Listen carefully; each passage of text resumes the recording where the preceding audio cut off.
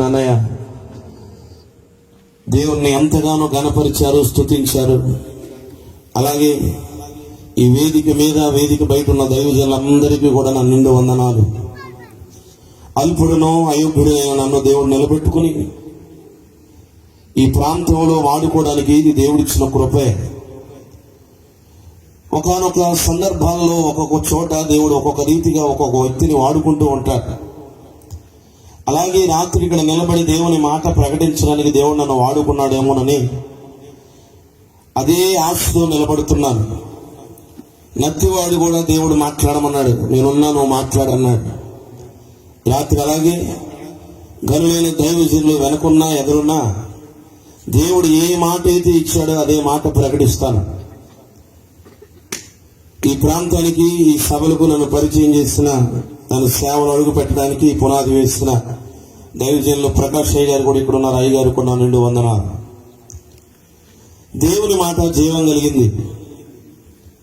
ఆయన మాటే మనల్ని బ్రతికించేది, ఆయన మాటే మనల్ని నడిపించేది.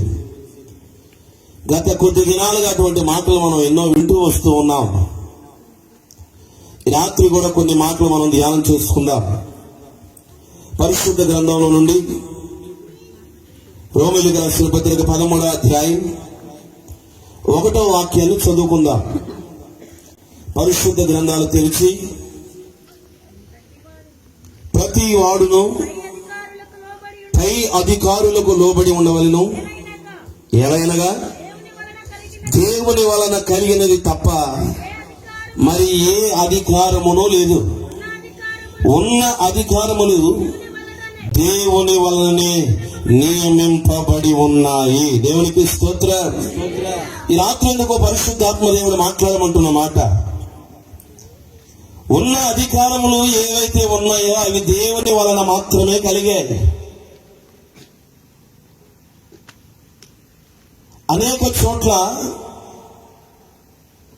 ఎందుకు దేవుని గురించి ఇలాగ సువార్త సభలు జరుగుతున్నాయి? ఎందుకు దేవుని గురించి ఇంత విస్తారంగా ప్రకటించబడుతుంది? అనేక మంది జీవితాలలో దేవుడు మార్పు కలిగిస్తూ ఉన్నారు. అనేక మంది అన్య కుటుంబాలు దేవుని వైపు తిరుగుతున్నాయి. రాత్రి నిలబడి మాట్లాడుతున్న నేను కూడా అన్య కుటుంబాల నుంచి రక్షించబడి యేసు నిజ రక్షకుడని తెలుసుకుని అనేకమైన ప్రాంతాలలో దేవుని సువార్తను ప్రకటిస్తూ ఉన్నాం. ఎందుకు ఇలాగా యేసుని గురించి అనేక మంది ప్రకటిస్తున్నారు? ఎందుకయ్యా అంటే, నాకు నేర్చుకున్న మాట, నాకు అర్థమైన మాట ఏంటయ్యా అంటే, మనం ఆరాధిస్తున్న దేవుడు ఎవరయ్యా అంటే ఆయన అధికారం కలిగిన దేవుడు. ఒక ఐఏఎస్ ఉంటాడు, ఒక ఐపీఎస్ ఉంటాడు. వారి అధికారం ఎంతవరకు? వారి అధికారం వారి జిల్లా వరకు. ఒక సర్పంచ్ ఉంటాడు, అతగాడి అధికారము ఆ పంచాయతీ రాజు వరకు. ఒక ఎమ్మెల్యే ఉంటాడు, అతని అధికారం నియోజకవర్గానికి మాత్రమే.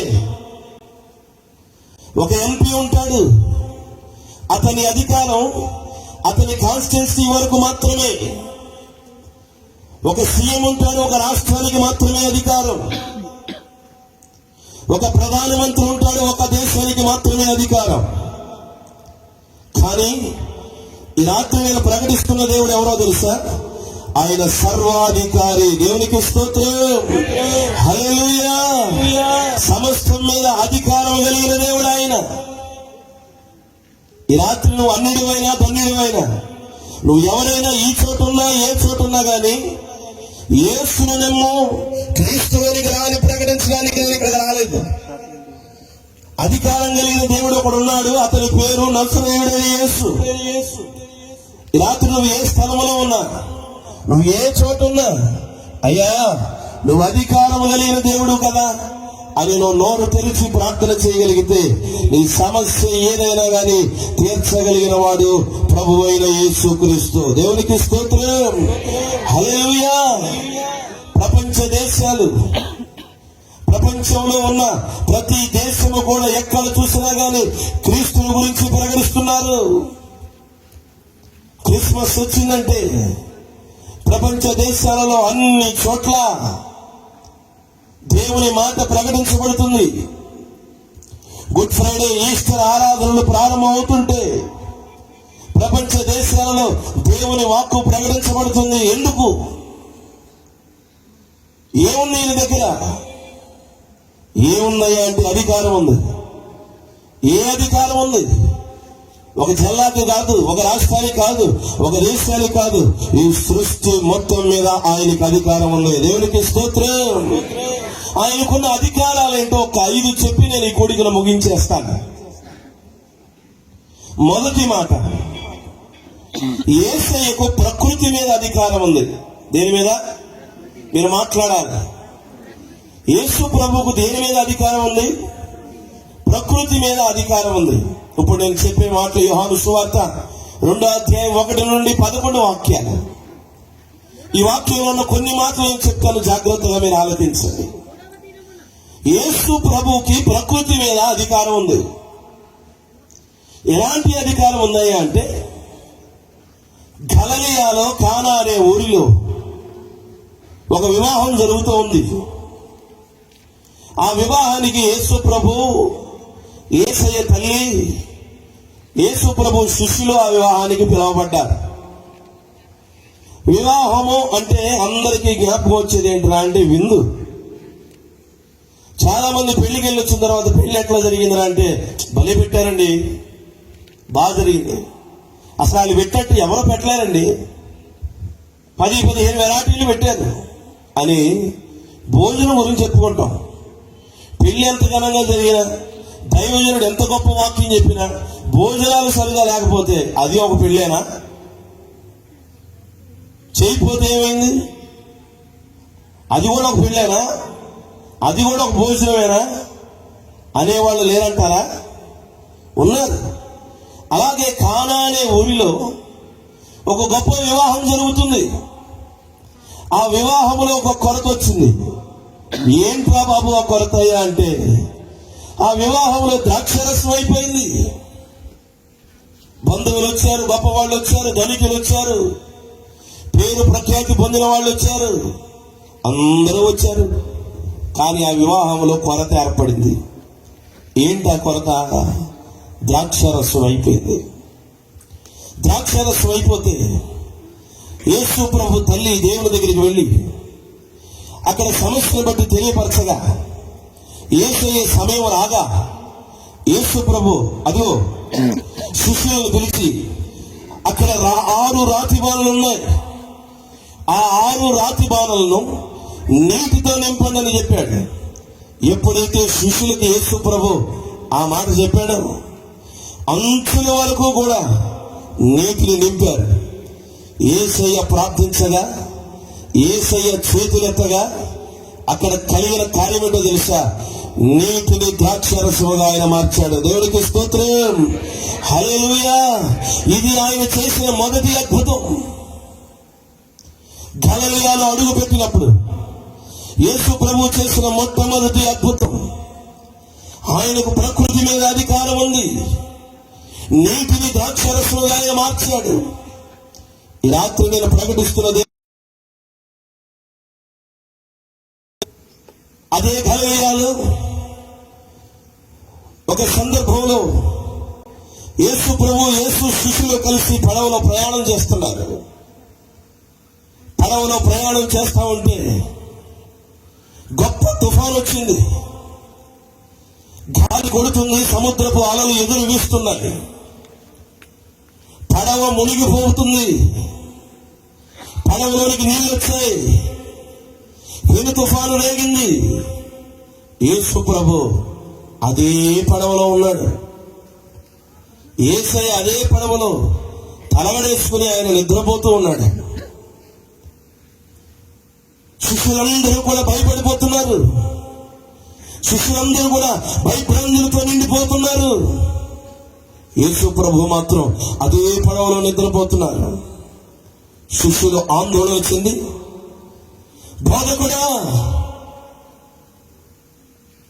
బోధకుడా, మేము నశించిపోతున్నాము నాయన, నీకు చింత లేదా అని యేసుని అడిగారు. యేసు ప్రభు వెంటనే లేచి గాలిని గద్దించాడు, సముద్రాన్ని నెమ్మలపరిచాడు. దేవునికి స్తోత్రం, హల్లెలూయా. వెంటనే గాలి ఆగింది, సముద్రం మిక్కిలి నెమ్మలపడింది.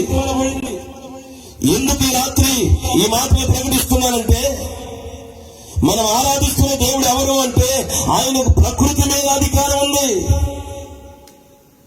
నీటిని ద్రాక్షరసముగా మార్చాడు, గాలిని ఆగు అంటే ఆగింది, సముద్రం ఆగు అంటే నెమ్మలపడింది.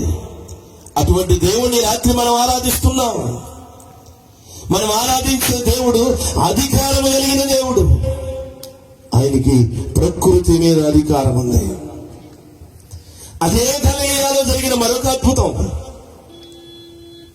యేసు ప్రభు కొండ మీద ప్రార్థన చేస్తున్న వేళ శిష్యులందరూ పడవలో ప్రయాణిస్తున్నప్పుడు సముద్రంలో మరలా తుఫాను వేగింది. యేసు ప్రభు ఆ గలిలయ సముద్రం మీద నడుచుకుంటూ వస్తుంటే శిష్యులు చూసి భూతం అనుకున్నారు. కానీ దేవుడు అన్నాడు, భయపడద్దు, నేనే. యేసు ప్రభు నీటి మీద నడిచాడు అంటే ప్రకృతి మీద ఆయనకు అధికారం ఉంది. రాత్రి మనం ఆరాధిస్తున్న దేవుడు ఎవరు? అధికారం కలిగిన దేవుడు. వెంటనే యేసయ్య చెప్పాడు, నేనే, మీరు ధైర్యంగా ఉండండి, ధైర్యం తెచ్చుకోండి.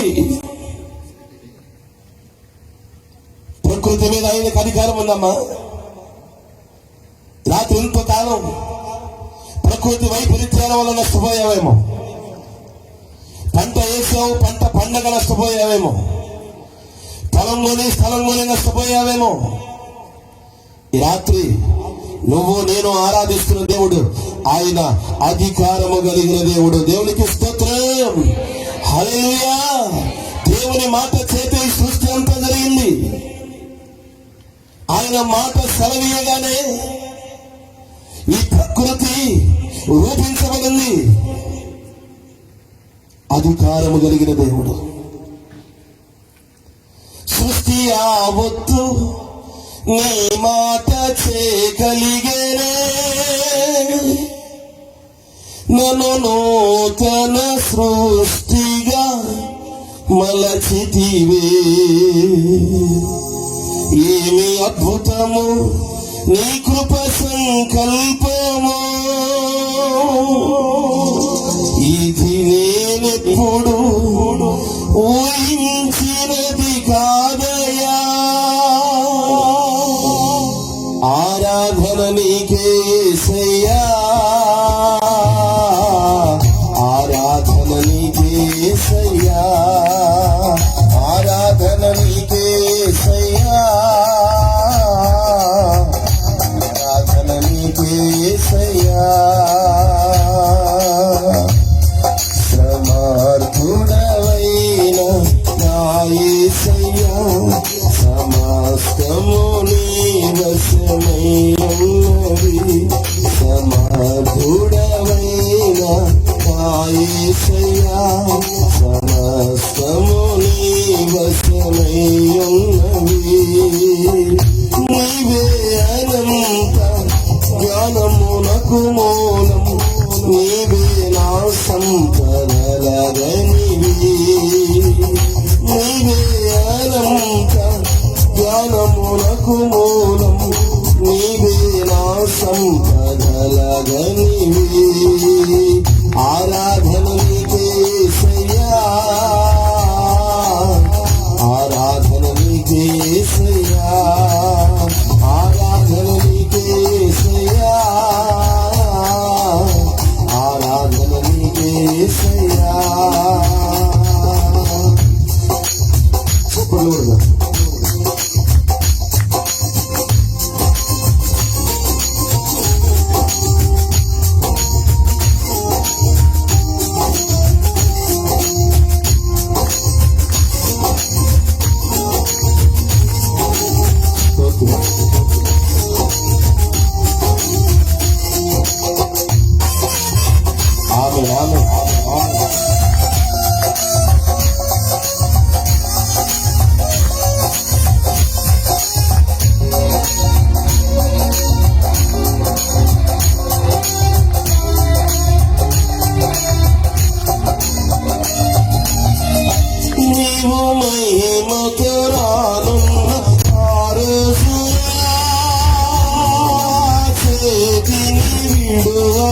నా యేసయ్యా.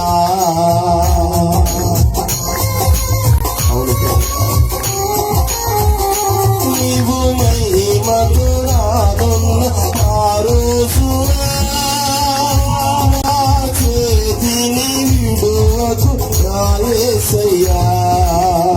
నీ ముఖ సౌందర్యం చూడాలనే ఆశయా, అందుకే నీ ఆత్మతో నడిపించుమా. ఆరాధన నీకే యేసయ్యా, ఆరాధన నీకే యేసయ్యా, ఆరాధన నీకే యేసయ్యా, ఆరాధన నీకే యేసయ్యా. సమర్థుడవైన నా యేసయ్యా, సమస్తము నీ వశమై ఉన్నవి. సమర్థుడవైన నా యేసయ్యా, సమస్తము నీ వశమై ఉన్నవి. నీవే అనంత జ్ఞానమునకు మూలం, నీవే నా సంపదలనివి. నీవే అనంత జ్ఞానమునకు మూలం, నీవే నా సంపదలనివి. ఆరాధన నీకే యేసయ్యా, ఆరాధన నీకే యేసయ్యా, ఆరాధన నీకే యేసయ్యా, ఆరాధన నీకే యేసయ్యా. హల్లెలూయా. ఈ రాత్రి మనం ప్రకటిస్తున్న దేవుడు ఎవరు? అధికారము కలిగిన దేవుడు. ఎంతకాలం పొలం వల్ల స్థలం వల్ల నష్టపోయావేమో. చాలా మంది చెప్తూ ఉంటారు, అయ్యా ఎన్నో సంవత్సరాలుగా ఎదురు చూసి పొలం వేశాను, ఆయన అప్పు చేసి పొలం వేశాను, పుస్తులు తాకట్టు పెట్టి పొలం వేశాను, ఈ ప్రకృతి వైపరీత్యాల వల్ల నష్టాన్ని చవి చూశానయ్యా.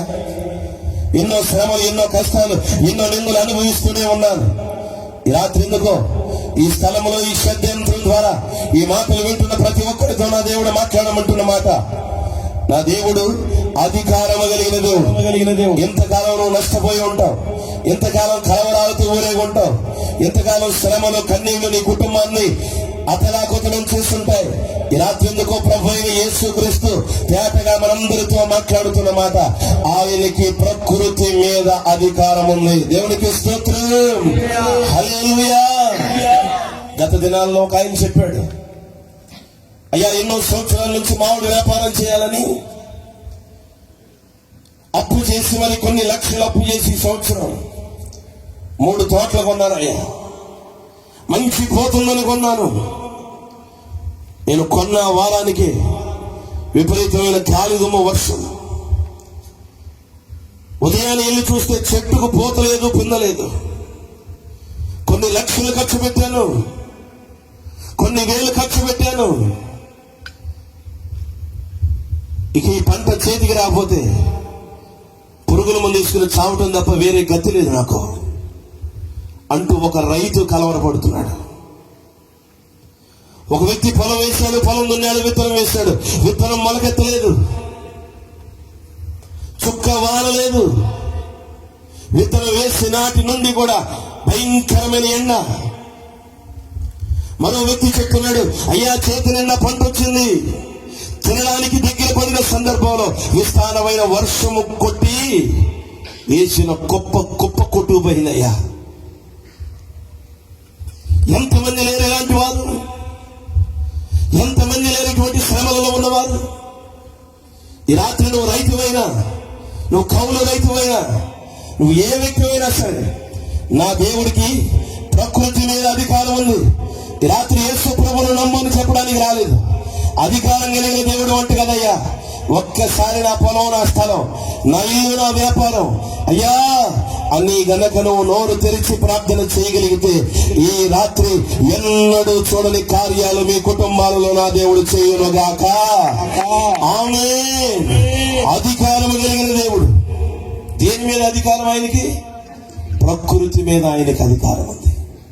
రెండో మాట చెప్తాను, ఆయన అధికారం దేని మీద? రోగాల మీద ఆయనకు అధికారం ఉంది. రోగాల మీద ప్రభువుకు అధికారం ఉంది. పక్షవాతముతో పడి ఉన్నాడు ఒకడు. మార్కు సువార్తలో, మత్తయి సువార్తలో, లూకా సువార్తలో కనిపిస్తుంది ఈ మాటలో. ఎన్నో సందర్భాల్లో ఎంతో మంది దైవజనులు చెప్పిన మాటలు కొత్తగా ఏమి ప్రకటించడం లేదు. పక్షవాతంతో మంచాన పడ్డాడు ఒక వ్యక్తి. యేసు ప్రభు ఆ ఊరిలో ఉన్నాడని, యేసు దగ్గరికి వెళితే వాడు స్వస్థపరచబడతాడని నలుగురు మోసుకుని వాడిని తీసుకుని వెళ్తున్నారు. గుమ్మం దగ్గరికి వెళ్ళగానే ఖాళీ లేదు. అప్పటికే యేసు గురించి తెలుసుకుని అనేకులు ఆ ప్రాంతాల నుండి తండోపతండాలుగా కదిలొచ్చారు. కానీ ఏది ఏమైనా కానీ దేవుని దగ్గరికి అతగాడిని తీసుకుని వెళ్ళాలని ఇంటి పైకప్పు మీద నుంచి ఆ మంచం యేసు ఎక్కడున్నాడో ఆ స్థలం దగ్గరికి దింపారు. వారి విశ్వాసం గొప్పది. యేసు ప్రభు వారి విశ్వాసం చూసి ఆ రోగితో, కుమారుడా, నీ పాపములు క్షమించబడి ఉన్నావి అని అన్నాడు. దేవునికి స్తోత్రం. నీ పరుపెత్తుకున్నారా? యేసు ప్రభుకి రోగం మీద అధికారం ఉంది. పక్షవాతంతో పడి ఉన్నాడు అతగాడు. కానీ నలుగురు మోసుకుని వెళ్ళి దేవుని దగ్గరికి మంచంతో సహా తీసుకుని వెళ్ళారు. రాత్రి ఏ రోగంతోనూ ఉన్నావు, ఏ సమస్యతో దేవుని సన్నిధిలో అడుగు పెట్టావు, ఈ శబ్దంతుల ద్వారా నువ్వు బజార్లో ఉన్నా, రోడ్డు మీద ఉన్నా, ఎక్కడ ఉన్నా సరే, కుదరని రోగమైనా కానీ నా దేవునికి రోగాల మీద అధికారం ఉంది. దేవునికి స్తోత్రం. హల్లెలూయా. రోగాల మీద అధికారం కలిగిన దేవుడు ఆయన. పక్షవాతంతో పడి ఉన్న వాడిని బాగు చేశాడండి. వాడంతకు ముందు ఎన్ని పాపాలైనా చేయని యేసు దగ్గరికి వచ్చాడు విశ్వాసం కలిగి. యేసు మోసుకొచ్చిన వారి విశ్వాసం చూశాడు, మంచం మీద ఉన్నవాడి విశ్వాసం చూశాడు. కుమారుడా, నీ పాపములు క్షమించబడి ఉన్నాయి. యేసుని పరిపెత్తుకో, నడు అని చెప్పగానే అతగాడు స్వస్థపరచబడ్డాడు. దేవునికి స్తోత్రం. హల్లెలూయా. రోగాల మీద ఆయనకి అధికారం ఉందమ్మా. కుష్టి వ్యాధితో బాధపడుతున్నాడు ఒక వ్యక్తి. కుష్టి వ్యాధి అంటే పరిశుద్ధ గ్రంథంలో ఎన్నో మాటలు రాస్తుంటాయి. బైబిల్ కాలంలో కుష్టి రోగుల పరిస్థితి చాలా దయనీయంగా ఉండేది. కుష్టి వ్యాధితో ఉన్నవారు ఊరు వెలుపలే ఉండాలి. వారు సమాజానికి, కుటుంబానికి దూరంగా ఉండాలి. అటువంటి కుష్టు రోగులను యేసు చేరదీశాడు. ఎవరైనా పొరపాటున ఆరోగ్యం కలిగిన వాడు కుష్టి రోగి దగ్గరికి వెళ్ళాడనుకో, వాడిని కూడా సమాజము లోనికి రానిచ్చేది కాదు, సమాజం తిరస్కరించేది. వాడికి కూడా కుష్టి అంటుకుందని వాడిని కూడా రోగిని చూసినట్లే చూసేది. అపవిత్రుడు అనేవారు. వీడు అపవిత్రుడు, వీడు రోగి అని గట్టిగా కేకలు వేసేవారు. వారిని దూరంగా ఉంచేవారు. కానీ కుష్టి వ్యాధితో బాధపడుతున్న వారిని దేవుడు బాగు చేశాడు. సమాజం వెలివేసిన వారిని దేవుడు బాగు చేశాడు. కుటుంబం వెలివేసిన వారిని దేవుడు బాగు చేశాడు. ప్రాంతాలు వెలివేసిన వారిని దేవుడు బాగు చేశాడు. ఎందుకంటే ఆయనకి రోగాల మీద అధికారం ఉంది. రోగం మీద అధికారం కలిగిన దేవుడు ఆయన. రాత్రి చెప్పుకోలేని రోగంతో ఇక్కడికి వచ్చావా? ఏ రోగంతో సతమతమవుతున్నావు? నీ రోగాన్ని బట్టి కుటుంబం నిన్ను దూరంగా ఉంచిందా? నీ రోగాన్ని బట్టి నీ బంధువులు నిన్ను దూరం పెట్టారా? నీ రోగం చెప్పుకోలేని సమస్య, నీ రోగం కుదరని రోగమా? ఈ రాత్రి నువ్వు ఎక్కడున్నా యేసుని నమ్ము అని చెప్పడానికి నేను రాలేదు. రోగాలపై అధికారం ఉన్న దేవా, నన్ను స్వస్థపరచవా అంటూ నువ్వు ఏ స్థలంలో ఉండి నోరు తెరిచి నువ్వు ప్రార్థించగలిగితే నీ విశ్వాసము నిన్ను స్వస్థపరచబడును గాక. ఆమేన్. రోగాల మీద ఆయనకి అధికారం ఉంది. రోగి మీద ఆయనకి అధికారం ఉంది. ఈ రాత్రి నువ్వు ఏ సమస్యలో అడుగుపెట్టినా, ఏ బాధలతో నువ్వు అడుగుపెట్టినా, మనం ఆరాధిస్తున్న దేవుడు ఎవరో తెలుసా? అధికారం కలిగిన దేవుడు. సమస్తం మీద ఆయనకు అధికారం ఉంది. సృష్టి మీద ఆయనకు అధికారం ఉంది. ప్రకృతి మీద ఆయనకు అధికారం ఉంది. రోగాల మీద ఆయనకు అధికారం ఉంది. పుట్టుకతో గుడ్డివాడు, వాడు పుట్టుకతోనే గుడ్డివాడు. యోహాను సువార్త 9వ అధ్యాయంలో కనిపిస్తున్న ఈ మాటలో పుట్టుకతో గుడ్డివాడైన ఒక మనిషి కనిపిస్తాడు. శిష్యులు అంటారు, బోధకుడా, ఇతగాడు గుడ్డివాడు అవడానికి వీడు పాపం చేశారా, వీడి తల్లిదండ్రులు పాపం చేశారా? యేసు ప్రభు అంటాడు, ఇదిగో ఇతడు పాపం చేయలేదు, ఇతని తల్లిదండ్రులు పాపం చేయలేదు, దేవుని క్రియలు ఇతని యందు ప్రత్యక్షపరచబడడానికి ఇలా జరిగింది. దేవునికి స్తోత్రం, హల్లెలూయా అని యేసయ్య సమాధానం చెప్పాడు. ఆ గుడ్డివాడి దగ్గరికి వెళ్ళాడు. యేసు నేల మీద ఉమ్ము ఊసి ఆ బురదను అతని కళ్ళకు రాయిగా అతడు చూపు పొందుకున్నాడు. దేవునికి స్తోత్రం, హల్లెలూయా. పుట్టుకతో గుడ్డివాడు స్వస్థపరచబడ్డాడు. అమ్మ, ఇంతకాలం డాక్టర్ల దగ్గరికి వెళ్ళినా తీరలేదు సమస్య, వైద్యుల దగ్గరికి వెళ్ళినా తీరలేదు సమస్య, గనులైన వారి దగ్గరికి వెళ్ళావు, గొప్ప గొప్ప వారి దగ్గరికి వెళ్ళావు, అయినా నీ సమస్య తీరలేదా? ఈ రాత్రి ఎందుకున్న దేవుడు ప్రకటిస్తున్నాడు, అధికారం కలిగిన దేవుని వైపు ఒక్కసారి చూడు, అధికారం కలిగిన దేవుని వైపు ఒక్కసారి చూడు. ఏ రావంతా ఉన్నావు? పుట్టుకతో సమస్య, కుదరని రోగమా, చెప్పుకోలేని సమస్యల, రోగాలపై అధికారం కలిగిన దేవుడు ఒకడున్నాడు. అతని పేరు నజరేయుడైన యేసు. దేవునికి స్తోత్రం, హల్లెలూయా. అటువంటి దేవుని ఆరాధిస్తూ ఇంకెంతకాలం ఇదే నిందలు, ఇదే అవమానాలతో సతమతం అయిపోతూ ఉంటాం? భయపడద్దు, రోగం చూసి భయపడద్దు, సమస్యను చూసి భయపడద్దు. సమస్యని దగ్గర చిన్నదే. రోగాలపై అధికారం కలిగిన దేవుని వైపు చూడు, తప్పక ఆయన నిన్ను స్వస్థపరుస్తాడు. ఆయన అధికారము కలిగిన దేవుడు. రోగాలపై ఆయనకు అధికారం ఉంది.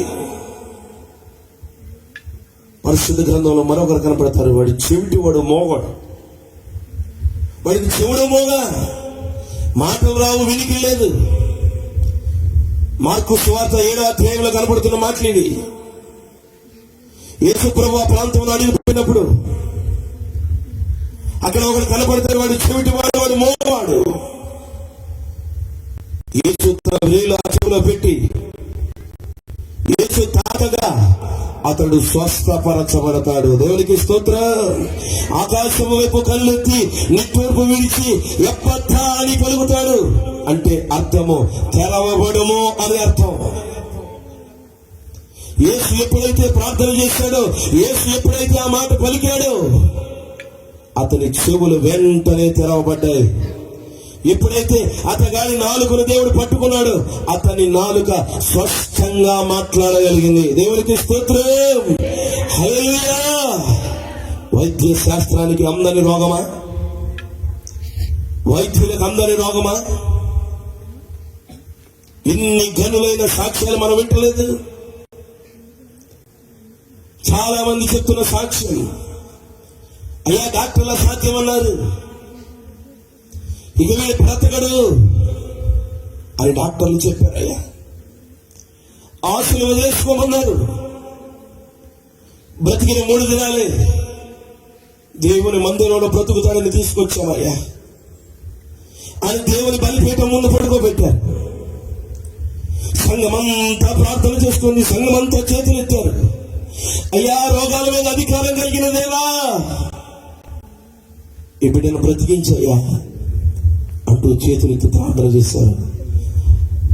కోమాలోకి వెళ్ళిన వాడు, డాక్టర్లు అసాధ్యమన్నవాడు 6 గంటలు తిరగకుండా లేచి నిలబడి వాళ్ళతో కలిసి ప్రార్థన ఏకీభవించాడు. దేవునికి స్తోత్రం, హల్లెలూయా. మనం ఆరాధించే దేవుడు ఎవరు? రోగాల మీద అధికారం కలిగిన దేవుడు ఆయన. వైద్య శాస్త్రములు గ్రహించలేని ఆశ్చర్యములెన్నో చేసినావే.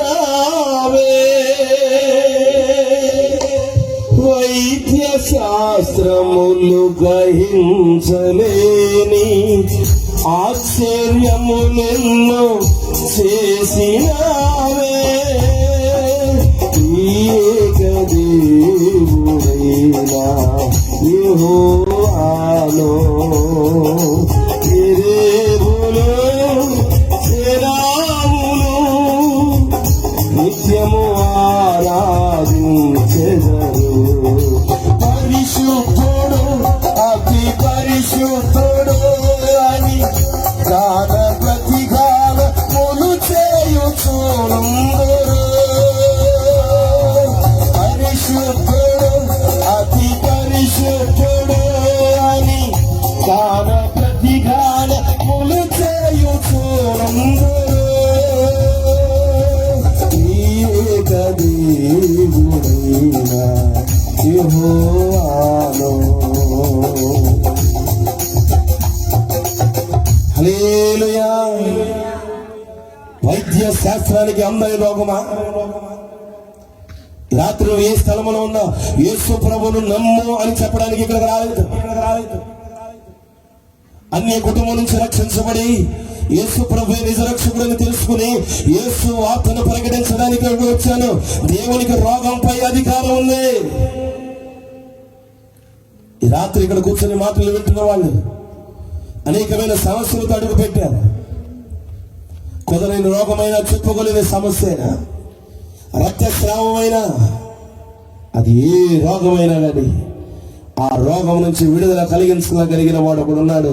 అతని పేరే నజరేయుడైన యేసు. దేవునికి స్తోత్రం. అధికారం కలిగిన దేవుడు. రోగాలపై ఆయనకి అధికారం ఉంది. ఈ ప్రాంత ప్రజలందరితో ఎన్నుకున్న దేవుడు మాట్లాడుతున్న మాట.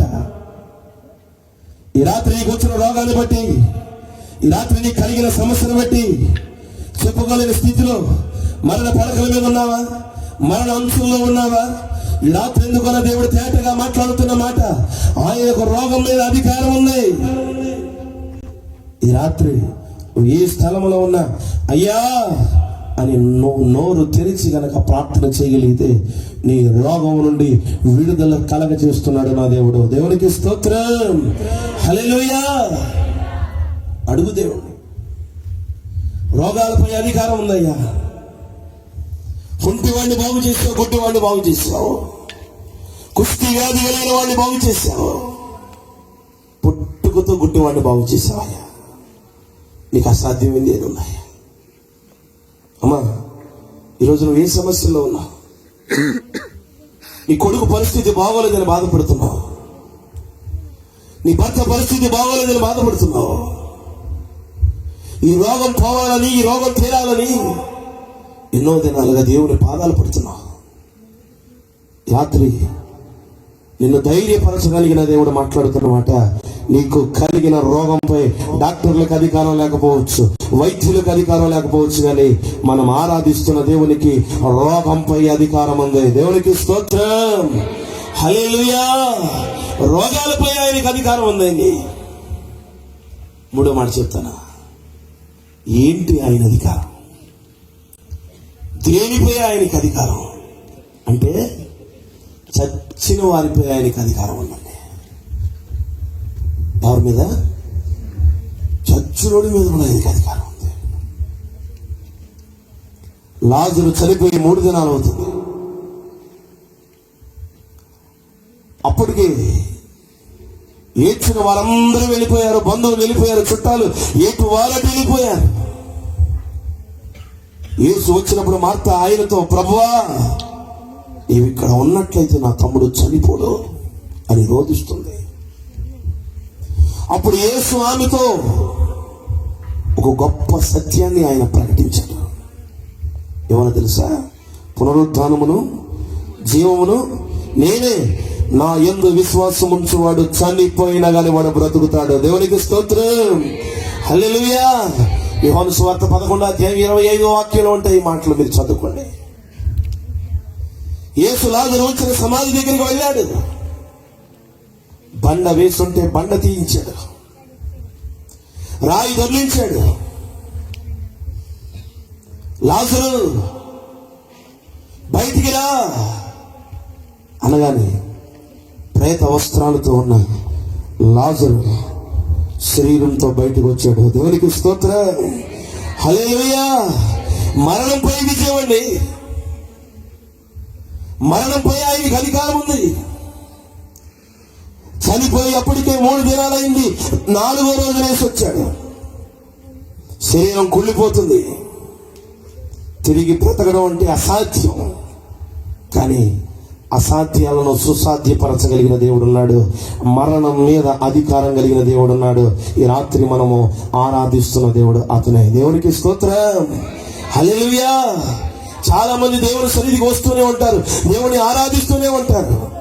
కానీ సమస్యలను బట్టి భయం, రోగాలను బట్టి భయం, ప్రకృతి వైపరీత్యాలను బట్టి భయం. ఎందుకు భయపడుతున్నావు? ఈ రాత్రి నువ్వు నేను ఆరాధించేదాము తెలుసా? అధికారం కలిగిన దేవుణ్ణి ఆరాధిస్తున్నావు. ఆయనకి చచ్చిన శవం మీద కూడా ఆయనకి అధికారం ఉంది. చనిపోయిన వారి మీద కూడా ఆయనకి అధికారం ఉంది. చనిపోయి 3 దినాలైతే లాజరును పేరు పెట్టి పిలిచి బ్రతికించాడండి. ఎంత గొప్ప దేవుడు అండి. అమ్మా, ఈ రాత్రి నా దేవుడు చెప్తున్నామంట, మరణ పడకల మీద ఉన్నావా? మరణ పాశములు చిక్కుకొనిపోయావా? ఈ రాత్రి మరణంపై కూడా ఆయనకి అధికారం ఉంది. మరణంపై కూడా ఆయనకి అధికారం ఉంది. పునరుద్ధానమును జీవము నేనే, నా యందు విశ్వాసం ఉంచేవాడు చనిపోయినా కానీ వాడు బ్రతుకుతాడు. దేవునికి స్తోత్రం.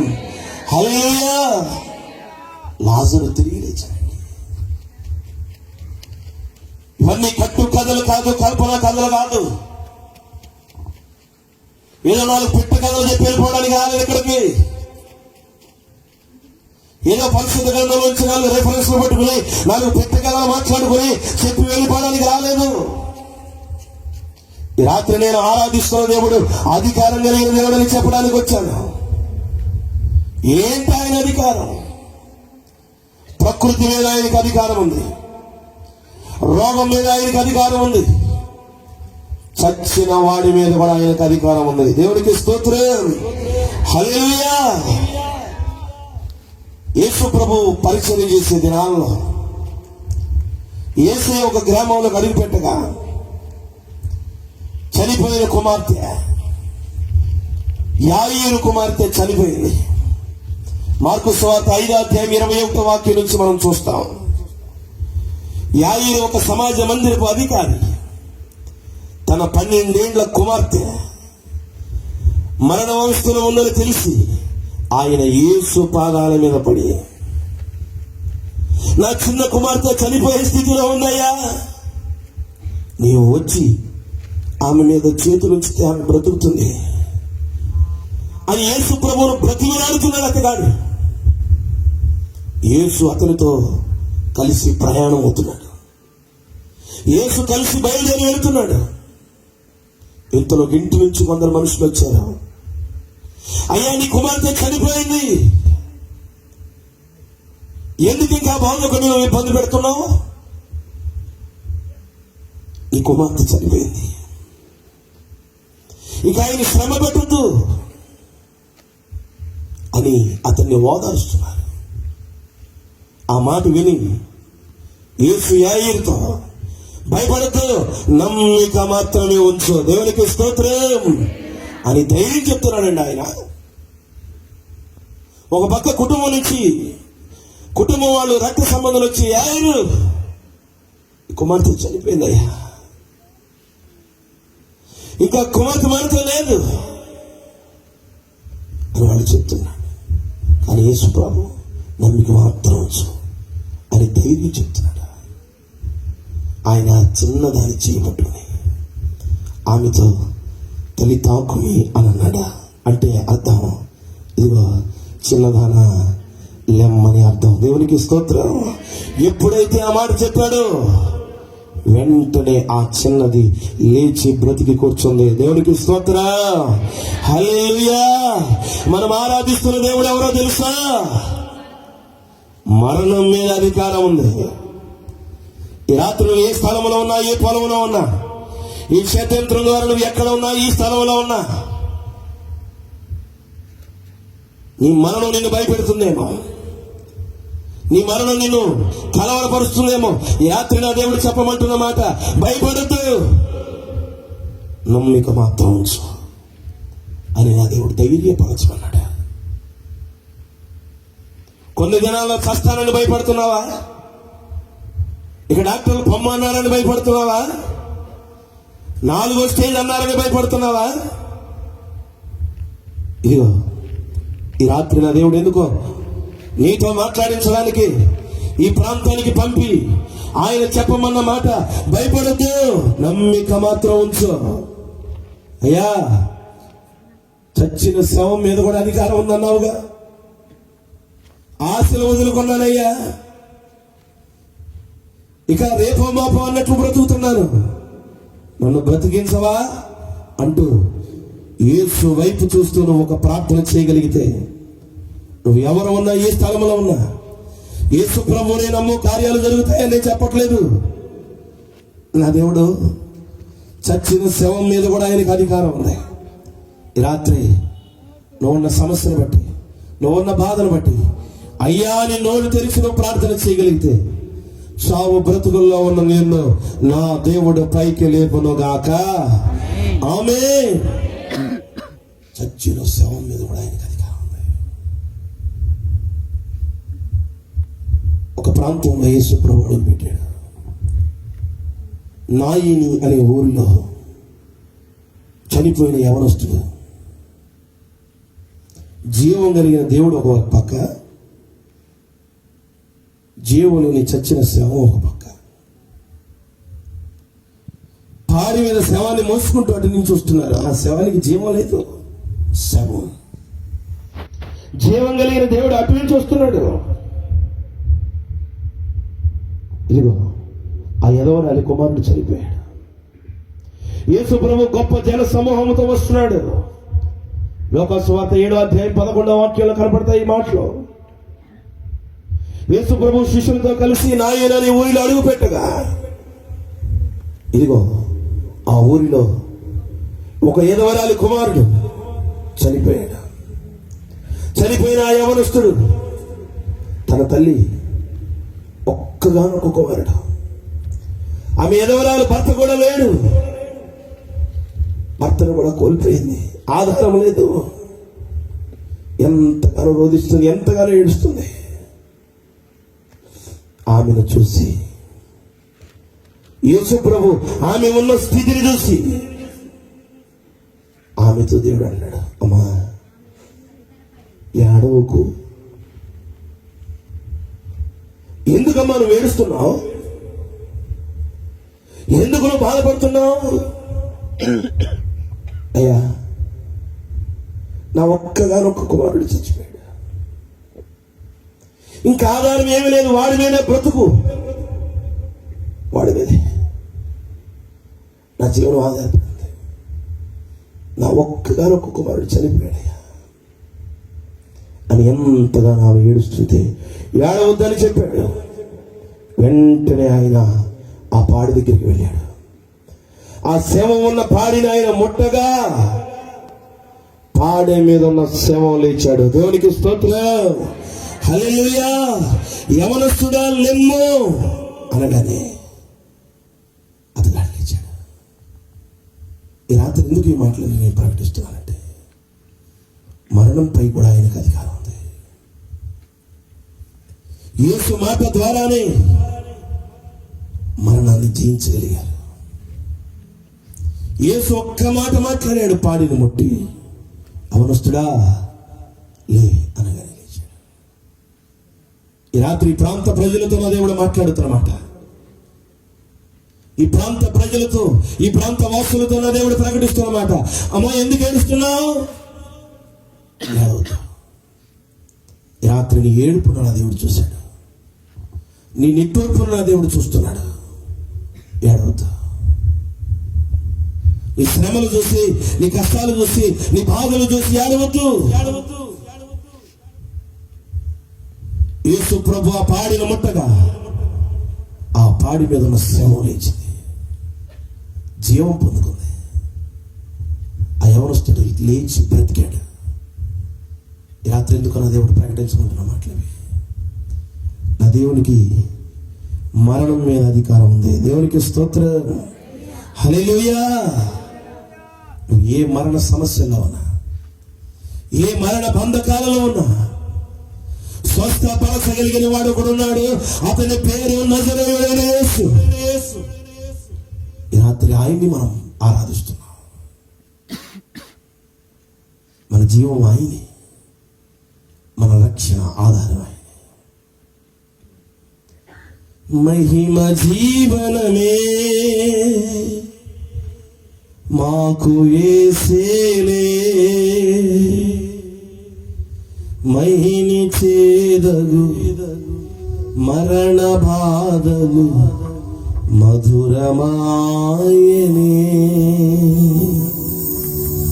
మహిని చేదగు మరణ బాధలు మధురమాయనే. ఈ రాత్రి ఎందుకో నా దేవుడు చెప్తున్న మాట ఇది. మనం ఆరాధిస్తున్న దేవుడు అధికారం కలిగిన దేవుడు. ఆయన ఏంటి? ఆయన అధికారం ఏంటి? ఆయనకున్న అధికారం ఇదిగో, చచ్చిన శవం మీద ఆయనకు అధికారం ఉంది. అమ్మా, ఈ రాత్రి ప్రాంత ప్రజలు, ఇక్కడ కూడిన ప్రజలు, ఏ సమస్యతో వచ్చావు, ఏ మరణ బంధకాలతో అడుగు పెట్టావు, నీ స్థితిని చూస్తున్నాడు ఆయన, నీ పరిస్థితిని చూస్తున్నాడు ఆయన. నీ స్థితి ఏదైనా, నీ గతి ఏదైనా, నీ పరిస్థితి ఏదైనా కానీ ఈ రాత్రి దేవుని దగ్గర చెప్పుకో, అయ్యా ఈ పరిస్థితుల్లో ఉన్నానయ్యా, ఈ బాధతో ఉన్నానయ్యా అంటూ గనుక దేవుని దగ్గరికి వచ్చి నువ్వు ఏడవగలిగితే దేవుడు ఏమంటాడు? నీ దగ్గరికి వచ్చి, మా ఎందుకు ఏడుస్తున్నావు?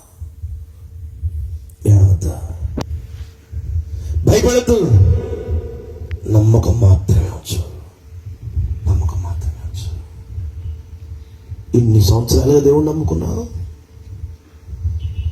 రక్షణ పొంది కొన్ని సంవత్సరాలైంది. రోగం వస్తే భయం, కష్టం వస్తే భయం, సమస్య వస్తే భయం, తుఫాను వస్తే భయం, వరదలు వస్తే భయం, భయం గుప్పెట్లోనే బ్రతుకుతున్నావు. కానీ ఈ రాత్రి ఎందుకో పరిశుద్ధాత్మ దేవుడు చెప్పమంటున్న మాట, నువ్వు ఆరాధిస్తుంది ఎవరినో తెలుసా? అధికారం కలిగిన దేవుణ్ణి. ఆయనకి అధికారం ఉంది, రోగంపై అధికారం ఉంది, చచ్చిన శవం మీద కూడా ఆయన అధికారం ఉంది. 4వ మాట చెప్తానమ్మా, ఆయనకి దేని మీద అధికారం ఉంది అంటే, ఇదిగో ఆహారం మీద కూడా ఆయన అధికారం ఉంది. దేని మీద? ఆహారం మీద కూడా ఆయనకి అధికారం ఉంది. ఎలాంటి అధికారం ఉంది అంటే, ఒక రోజున ఇలాగే యేసు ప్రభు చక్కని వర్తమానం చెప్పాడు. సాయంకాలం గడిచిపోతుంది, శిష్యులందరూ భయపడిపోతున్నారు. అయ్యా బోధకుడా, సమయం మించిపోయింది, వీళ్ళు ఎవరిళ్ళకి వాళ్ళు వెళ్ళి వాళ్ళకి కావలసిన వస్తువులు కొనుక్కొని వండుకొని తినడానికి సమయం లేదు అంటే యేసయ్య అంటాడు, మనమే వారికి ఏదైనా పెడదాం. ఎంతమంది ఉన్నారు, వేల మంది కూర్చున్నారు, సాయంకాలం కావస్తుంది, శిష్యులేమో కలవరపడిపోతున్నారు. వాళ్ళకి ఆహారం పెట్టాలంటే కొన్ని చోట్ల ఉంటుంది 200 దినారాలు డబ్బు కావాలి. అంటే ఆ దినాలలో 8 నెలల జీతం, అంత డబ్బు అవసరం అవుతుంది. అందరూ ఆందోళన చెందుతున్నారు. అప్పుడు శిష్యులలో ఒకడు అంద్రియా, అక్కడ ఉన్న ఒక చిన్నవాడి బాలుడి దగ్గర 5 రొట్టెలు 2 చిన్న చేపలు ఉన్నాయా అని చెప్పగానే యేసు ప్రభు దగ్గర తీసుకొచ్చాడు. యేసు ఆ రొట్టెలు పట్టుకుని ఆకాశం వైపు కృతజ్ఞతాస్తుతులు చెల్లిస్తూ ప్రార్థన చేశాడు. ఆ 5 రొట్టెలు 2 చిన్న చేపలు ఎంత పంచుతున్నా కానీ తరగలేదంటండి. దేవునికి స్తోత్రం, హల్లెలూయా. 5 రొట్టెలు 2 చిన్న చేపలే 5,000 మందికి ఆహారంగా పంచారు. ఇంకా 12 గంపలు మిగిలి ఉన్నాయి. ఇంకా 12 గంపలు తిన్నవారు పురుషులే సుమారు 5,000 మంది ఉన్నారు. అమ్మా, మరి ఇంకా స్త్రీలు పురుషులు ఎంతమంది ఉన్నారు? 5 రొట్టెలు 2 చిన్న చేపలు 5,000 మందికి ఆహారంగా పంచాడు ఆయన. అంటే ఆయనకి ఆహారం మీద కూడా అధికారం ఉంది. అమ్మా, ఈ రాత్రి నువ్వు ఏ పరిస్థితిలో ఉన్నావా? ఒక తల్లి నాకు చెప్పింది, అన్నా,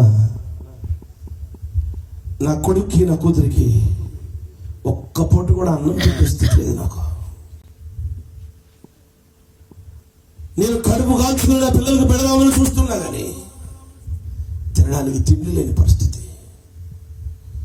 అలాంటి దౌర్భాగ్య స్థితిలో బ్రతుకుతున్నాం మేము అని ఒక తల్లి కలవరపడుతుంది. ఈరోజు చాలా మంది కుటుంబాలను చూడండి, దీన స్థితిలో ఉంటారు, పైకి చెప్పుకోలేరు, తినడానికి తిండి లేని పరిస్థితి కూడా. ఈ రాత్రి ఎందుకో పరిశుద్ధాత్మ దేవుడు ప్రకటిస్తున్న మాట, నా దేవుడు అధికారం కలిగిన దేవుడు. దేనిపై ఆయనకి అధికారం ఉందయ్యా అంటే ఆహారం మీద కూడా ఆయన అధికారం ఉంది. అమ్మ, బాధపడద్దు, కలవపడద్దు. నీ కుటుంబంలో కనీసం నీ పిల్లలకి పోషణకు లేక నువ్వు బాధపడుతున్నావు. నీ పిల్లలకు పెట్టలేని స్థితిలో ఉన్నావు. ఇదిగో ఆశ్చర్యకరంగా 5 రొట్టెలు 2 చిన్న చేపలు పంచుతూ ఉన్నా కానీ తరగలేదు. కడుపు నిండా తిన్నారు వాళ్ళు. అందరూ తృప్తిగా తినగా మిగిలిన ముక్కలు 12 గంపలు ఇంకా మిగిలి ఉన్నాయి. ఇంకా మిగిలి ఉన్నాయి. అంత గొప్ప దేవుణ్ణి ఆరాధిస్తూ ఎందుకమ్మా భయపడిపోతున్నావు? నీ సమస్యలు చూసి, నీ ఇబ్బందులు చూసి, బ్రతికెట్లాగయ్యా, బ్రతికేది ఎట్లాగయ్యా అని కలవరపడిపోతున్నావు. దేవుని మాట విని చాలు.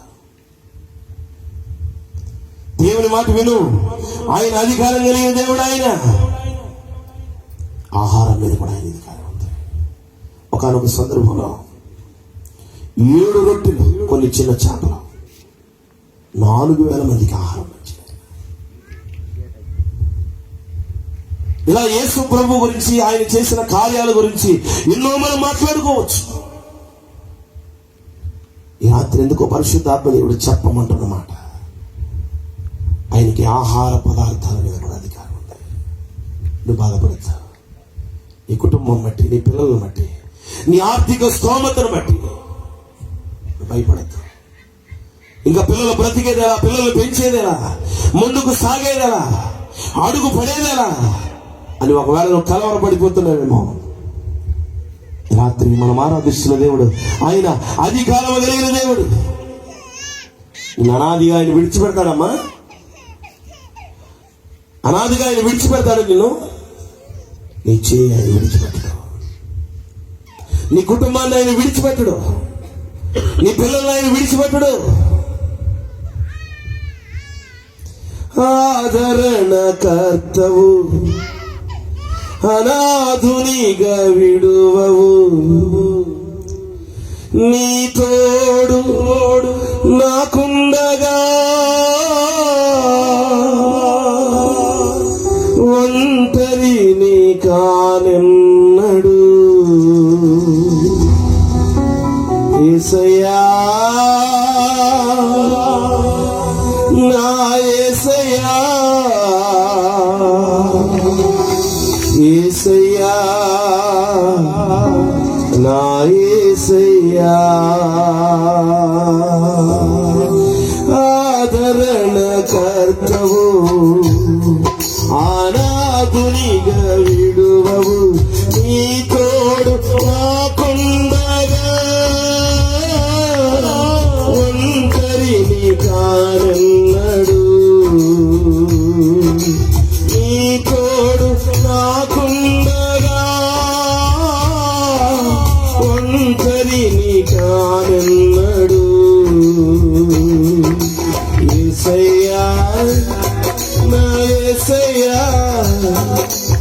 యేసయ్యా నా యేసయ్యా యేసయ్యా నా యేసయ్యా యేసయ్యా నా యేసయ్యా ఆదరణ కర్తవు అనాథునిగా విడువవు ఆదరణ కర్తవు అనాథునిగా విడువవు. హల్లెలూయా. అమ్మా, మన దేవుడు ఎందుకు అనాథగా మనల్ని విడిచిపెడతాడు? నువ్వు తిండి లేక కడుపు కాల్చుకోవడం ఆయనకి ఇష్టమా? నువ్వు కలవరాలతో ఉండడం ఆయనకి ఇష్టమా? నువ్వు బాధలు అనుభవించడం ఆయనకి ఇష్టమా? నువ్వు ఈరోజు ఏ స్థితిలో ఉన్నా సరే అనాథగా నేను ఆయన విడిచిపెట్టడం, ఒంటరిగా ఆయన నిన్ను విడిచిపెట్టడం, ఆహారం మీద కూడా ఆయనకి అధికారం ఉంది. అమ్మ, ఈ రాత్రి నిలబడి ఇక్కడ దేవుని వాక్కు ప్రకటిస్తున్నాను నేను. ఒకప్పుడు తినడానికి తిండి లేని పరిస్థితి, ఒకప్పుడు ఆ ఇంటికి ఒక అరసేరు బియ్యం కోసం తిరిగిన రోజులు ఉన్నాయి నా జీవితంలో. నా కుటుంబం అటువంటి పరిస్థితులు అనుభవించింది. నిలబడి మాట్లాడుతున్నా నేను అటువంటి పరిస్థితులు అనుభవించున్నాను. నా తల్లి 15 సంవత్సరాలు మధ్యాహ్న భోజన పథకం మిడ్ డే మీల్స్ లో వంట చేసి ఆ పూట అన్నం మిగిలితే ఆ భోజనం తిన్న రోజులు ఉన్నాయి. వాళ్ళు ఏదో గుప్పుడు బియ్యం ఇస్తే వండుకు తిన్న రోజులు ఉన్నాయి. మా ఇంటి పక్కన ఒక తల్లి నూకలిస్తే వండుకు తిన్న రోజులు ఉన్నాయి. అటువంటి దౌర్భాగ్య స్థితిలో బ్రతికి ఈరోజు ఇంచుమించు కొన్ని వందల మంది పెట్టే స్థితిలో దేవుడు ఉంచాడు. దేవునికి స్తోత్రం. కొంతమంది అనాథలను పోషించగలిగే స్థితిలో దేవుడు ఉంచాడు. ఎక్కడి నుంచి కలిగింది కార్యం? ఎక్కడి నుంచి కలిగింది మేలు? అధికారం కలిగిన దేవుడు ఆయన. అధికారం కలిగిన దేవుడు ఆయన.